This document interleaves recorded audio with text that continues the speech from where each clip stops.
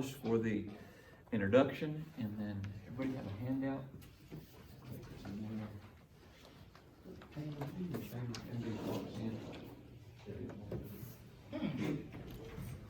Thank you, sir. I know Brother Dupuy has had you all focusing on personal growth here in the class, and I think Brother and Sister Wallace need one too, right? There's handouts right over there if you want to go grab one. And I am so thankful for the teaching that he has been doing. And I came in this morning and I was joking around with him. I said, you know, I wanted to run my lesson past him for personal growth. And I recommend every morning when you get up, you have a couple of donuts and a kolache. Drink sweet tea and soda throughout the day. And then eat a lot of carbs late in the evening. And then wrap it up with a bowl of ice cream, and you will experience personal growth. Of course, you'll experience an early death as well, and all kinds of, diabetes and heart issues and things like that. But, you can either die fat and happy or skinny and miserable. And obviously, I'm being facetious about that. And one of the things that when he asked me to teach this morning is obviously being this time of the year. Here we are, what does it say, the 20th, at the end of the year. And we're looking, some of us, at next year. Some of us are just hoping to get through Christmas. Some of us just hoping to get through 2020. And so I want to do a year in review. So how many of you are already excited about your plans for next year? 1, 2. How many of you even thought about next year yet? A couple of you? In the sense that you hope it's better than 2020, right? It will be better.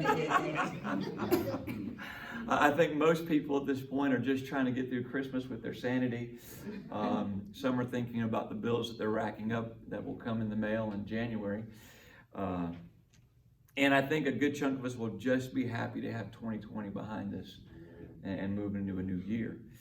So, and let's be honest, for some of you, 2020 was a good year. Yeah. It was a good year. For others of you, it probably may have been the worst year of your life.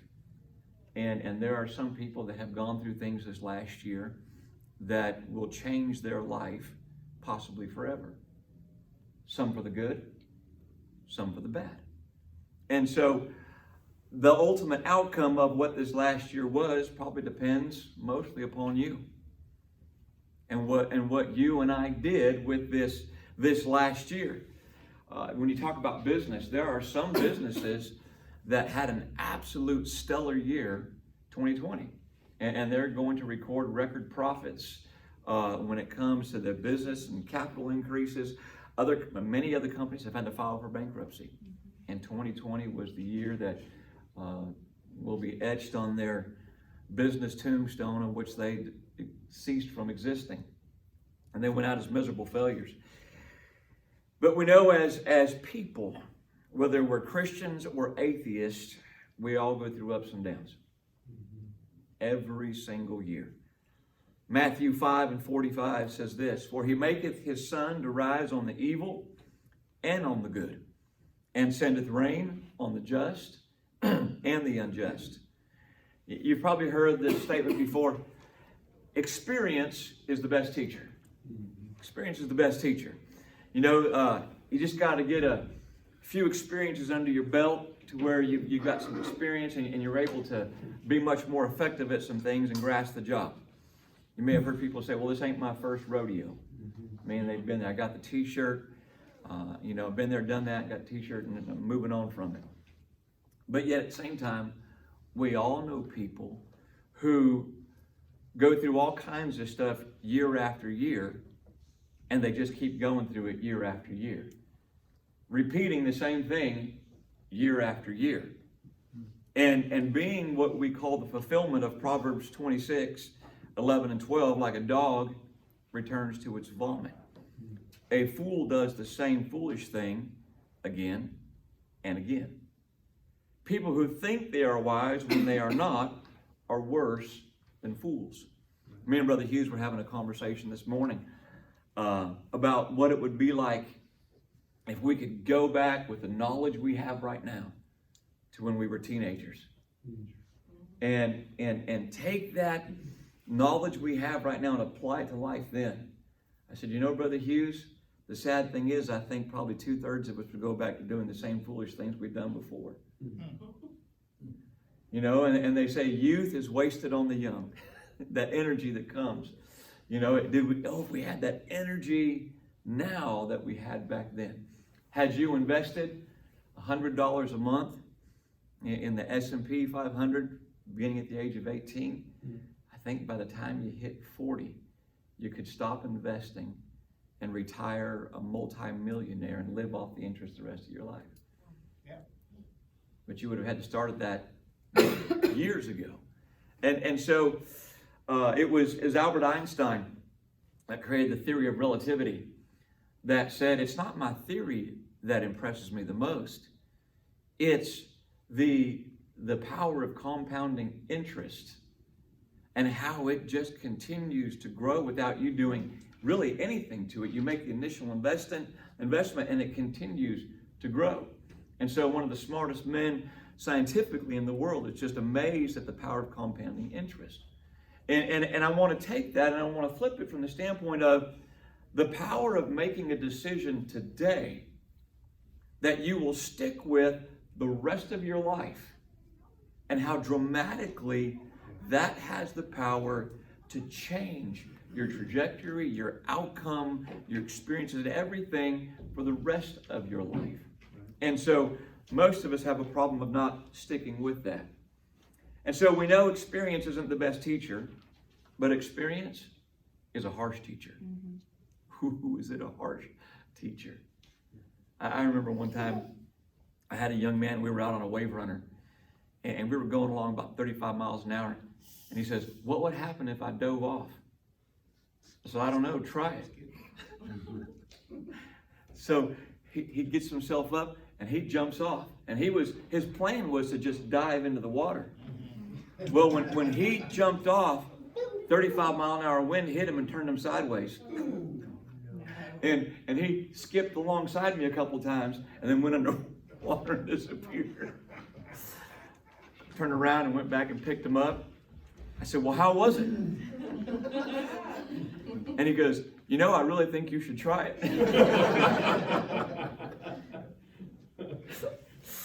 As he climbed back up onto the wave runner, experience is a harsh teacher and definitely not the best teacher. In reality, it is reviewed experience that is our best teacher. Taking the time to ask yourself a few questions about what you just went through and how things came out. Would I do that again? Would I not do that again? What would I do differently? And take the time to ask a few questions, but don't dwell on it so much that it affects you negatively. Because all of us have had some things this past year that we could dwell on and beat ourselves up over. I mean, there's some of you are your own worst enemy. The thoughts you have up here that you continually beat yourself down. I was having another conversation with someone about all the angelic visitations that happen in the Christmas story. You know, you got Zechariah, you got Mary and Joseph and the shepherds, and their first words are, fear not, in every single visitation. And someone was asking, well, I wonder why they were afraid. I said, well, I don't think Mary was afraid. Because notice her question. She was confused as to why she would receive the kind of greeting she received from the angel. Her fear came from the standpoint of, at least theologians say, why would he be coming to me? Why would he say those such good things about me? That in her own mind, she had probably beaten herself up so much to where she didn't think she was worthy of being visited by an angelic host. And some of you, when the Lord speaks to you and moves upon you, you've done beating yourself up enough times that the devil doesn't have to say anything. You instantly negate the word that comes from God, and you allow fear of insufficiency and inadequacy to keep you from fulfilling what God just sent a messenger or his own word to you to fulfill. And that's just a side note, but I really feel that in the Holy Ghost right now. And so I think some of us need to take that to heart. Notice what Philippians 3:13 says. Brothers and sisters, I know that I still have a long way to go. It's the New Living Translation. But there is one thing I do. I forget what is in the past and try as hard as I can to reach the goal before me. So how did you do this past year? Was it a good year? Was it a bad year? Was it just a year? Well, let's go ahead and start by removing politics and all the crazy things that went on with politics. And let's remove COVID, because it's very easy for people to get a mentality that you just blame things for and make excuses. Well, it's because of this, because of that. Let's get rid of those two things. How was your year? How did you do? How were your relationships? How did you do about going across and managing your goals and accomplishing them? Because the reality is, you waste enough years of your life before you know it, they're all gone with nothing to show for it. You waste enough days, you waste enough weeks, you waste enough months. You get to the end of the year and you go, wow, it's gone already. What did I accomplish? And then you do that again the next year and you're, wow, what did I accomplish? Mm-hmm. You know, look, it's funny when you talk to a young person and you tell them how old they are, like, wow, you're old. They're like, dude, I'm only in my 30s or 40s, whatever it might be. You're old. And because when they're the teenager and they're looking at some of you at 35 and 45 or 50 or 60, they're just going, you're ancient. They can't contemplate being that age. But now we look back and go, where did that time go? Mm-hmm. Watched my son pull up in his car this morning. I was like, whew. Almost relieved on one standpoint, then I have to go home and pick him up and bring him back. But the other standpoint of going, man, that went by quick. It goes by quick. And so children grow up, grandkids grow up, life moves by faster and faster than we realize it. And things to remember in doing a year in review, what you have in front of you. And we'll fill in the blanks. Number one, don't be afraid to admit you were wrong. Don't be afraid to admit you did something wrong. I know some of you can't fathom that concept. Me? Wrong? Are you serious? Or at least admitting.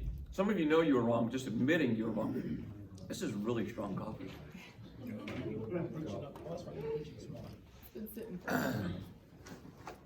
Jake wants to keep everybody awake. Amen. Don't be afraid to admit you're wrong. James 3:2 says, indeed, we all make many mistakes. For if we could control our tongues, we'd be perfect and could also control ourselves in every other way. We cannot change if we're unwilling to recognize that there might be something wrong with how we've been doing things. Please recognize it. Admitting you were wrong proves you're wiser today than you were yesterday. That's a good one. Mm-hmm. Admitting you're wrong. It shows that you're wiser today than you were yesterday. What did I do this past year that I should avoid the next year?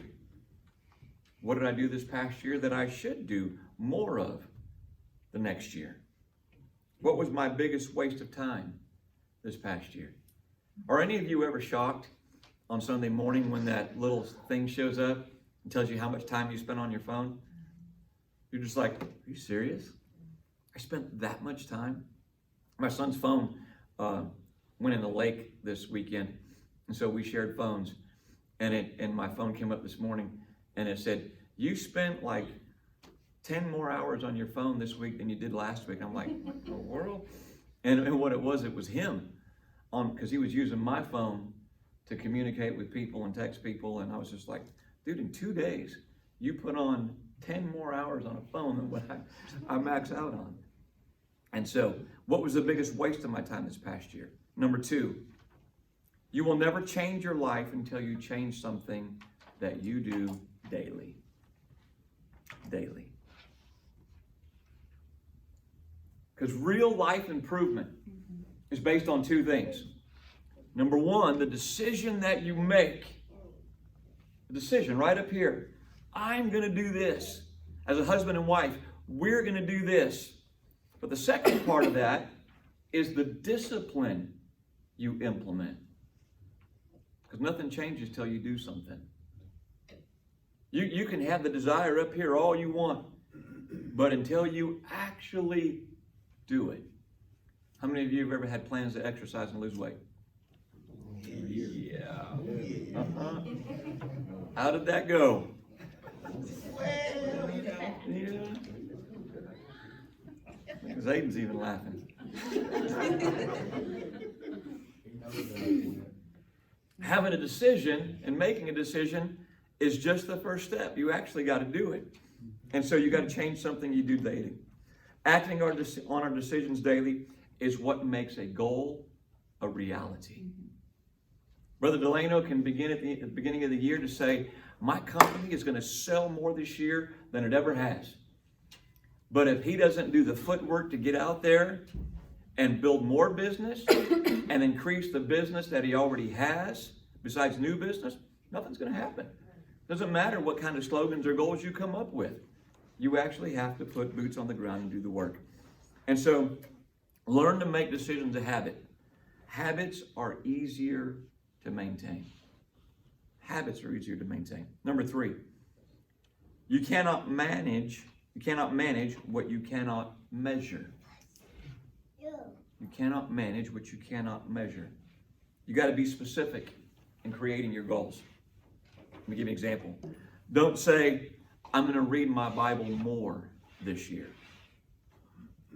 Instead, break it down to measurable goals and say, I'm going to read my Bible through this year. I'm going to read the New Testament this year. So you've got something that's measurable. Okay? And so break it down that way. Don't say, I'm going to have a better relationship with my spouse this year. Because you got so many ups and downs in relationships. If it's a bad week and you try to measure it, then you're like, oh. If it's a good week, you're like, oh, we're doing great. But how do you measure it throughout the course of a year? Okay? And so you got to set measurable goals. Don't set a goal of saying, I'm going to get closer to God. Well, how? How are you going to get closer to God? I'm going to read my Bible 5 minutes a day. I'm going to pray 30 minutes a day. Okay? Number 4, set realistic expectations for your improvement. Number 3 was measurable. Number 4 is realistic. Set realistic expectations for your improvement. There's no greater recipe for failure than setting goals that are unachievable. By the end of this year, my goal is to have the physique and the stamina of Jake Dupuy. Why are you guys laughing at that? Because it's probably not going to happen. Probably not going to happen. A very unachievable goal. And so, if your marriage is struggling, don't come up with a goal and say, we're going to go on a date once a week. Because that's probably not going to happen. How about once a month? I'm going to pray every day for 1 hour. How about you just pray every day? I'm going to do a 3-day fast every week. One of the things I've learned as a therapist, people who go to extremes, and I get them in my office all the time. I'm going to fast. I'm going to go on a fast, and I'm not going to stop until God tells me to stop. Well, when's the last time you fast? Oh, yeah, I don't even remember. It's years ago. And they'll go on like this 7 or 9 day fast, you know? And whatever the guilt was that caused them to go on that fast, when they come off that fast, they typically binge and indulge in the thing that they went on the fast for. So It's these extremes where you go from nothing to boom. I'm going to have a 3-day fast every week. How about you start with maybe 1 day a week and do a 3-day fast maybe once a quarter? Something that's small, measurable.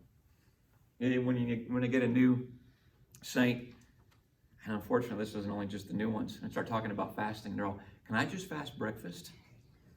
I'm like, sure, if that's, it's a start, And then I get someone who's been living for God for 20 years, and they're like, well, can I just fast green beans? Or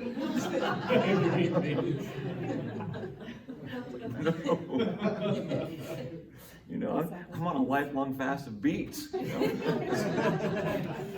That and squash.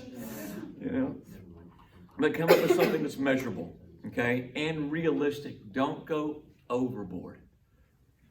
Set a specific, achievable goal for personal and family growth. Number 5, continual change is essential for continual improvement. Continual change is essential for continual improvement. You're not always going to get it right the first time.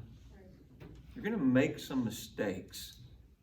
It's not going to be perfect. And don't give up because it wasn't perfect the first time. This is why musicians do something we call practice. Because it's never right the first time. The interesting thing about therapy and medicine, what do they call that as well? Practice. I'm sorry, if I'm having brain surgery, I don't want the dude practicing. But the reality is, nobody's ever perfect. They do the best they can. And so, continual change is essential for continual improvement. And realize you're not going to get it right the first time, and adjust and tweak your efforts to make sure that you're experiencing appropriate growth physically, emotionally, and spiritually. Be prepared to make corrections. And continue to stretch and grow throughout the year to do that, plan a review of your plan every few months. About every month, every 2 months, I'm going to look back at the plan I had at the beginning of the year and go, how did that go? How is this going?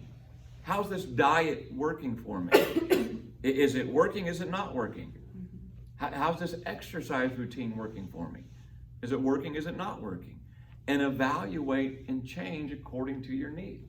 Same thing spiritually. Don't come up with these crazy spiritual goals and not allow room for adjustment and for the Spirit of the Lord to change and direct things. There are times that I try to be sensitive and teach myself sensitivity to the Spirit of God. And I'll be walking around the church in the morning, and sometimes I feel like the Lord just goes, go in the children's area. Okay. And I go back and I'll be praying back there and walking around the children's area, and I'll just walk through, and sometimes I walk through here and pray for this class and pray for Brother Dupuy and pray for the different people in here. And not every time though. I don't go to every section of the church every time. It's just different places God directs me. And so you got to try to be sensitive and adjust things. Sometimes I drive. Sometimes I lock myself down in my office, turn the fire on, and just create an ambiance where I could just sit there and meditate and not have any thoughts going through my head. Sometimes I just listen to the Word. Rarely do I read it because I'm an auditory learner. And I learn a whole lot better from listening. So how's it working? So, number 5, focus. William Jones said, if you would be rich, you will be rich. If you would be good, you will be good. If you would learn, you will be learned. But wish for one thing and work for one thing exclusively. And don't do the same wish and work for 100 other incompatible things just as strongly. Have you ever been involved in so many things you weren't doing any of them good? You just kind of feel like you're so spread out. Everything's just mediocre. Sometimes we need to go, okay, what do I need to remove myself from? And we have a really bad tendency in the church is to take the willing people and stick them into every ministry available because they don't know how to say no. Brother Micah don't know how to say no. There's others in this room that don't know how to say no. And you'll allow people to put you in everything to where you're not good at anything. You're overbooked, you're overworked, when Saturday night comes along and you're going to bed, you're like, oh my Lord, I got church tomorrow. And you dread it instead of looking forward to it, because why? You got to be here at 8:30 in the morning. You don't leave till 2. You got to be back at 4. You don't leave till 9. And it's more of it's not a day of rest, it's a day of work. And then here comes Tuesday, and then you got practice on this day, and you got outreach on that day, and you got kids ministry on this day, and you got choir on this day. I mean, you just go on and on. And you're plugged into too many things. And so you got to have focus. Don't pick 15 things you want to improve on this next year. Pick one in each area of your course. One in the physical, one in the spiritual, and one in the emotional. Physical, spiritual, emotional, which includes relationships with people. Romans 8:28 says with this, and we know that God causes everything to work together for the good of those who love God and are called according to his purpose for them.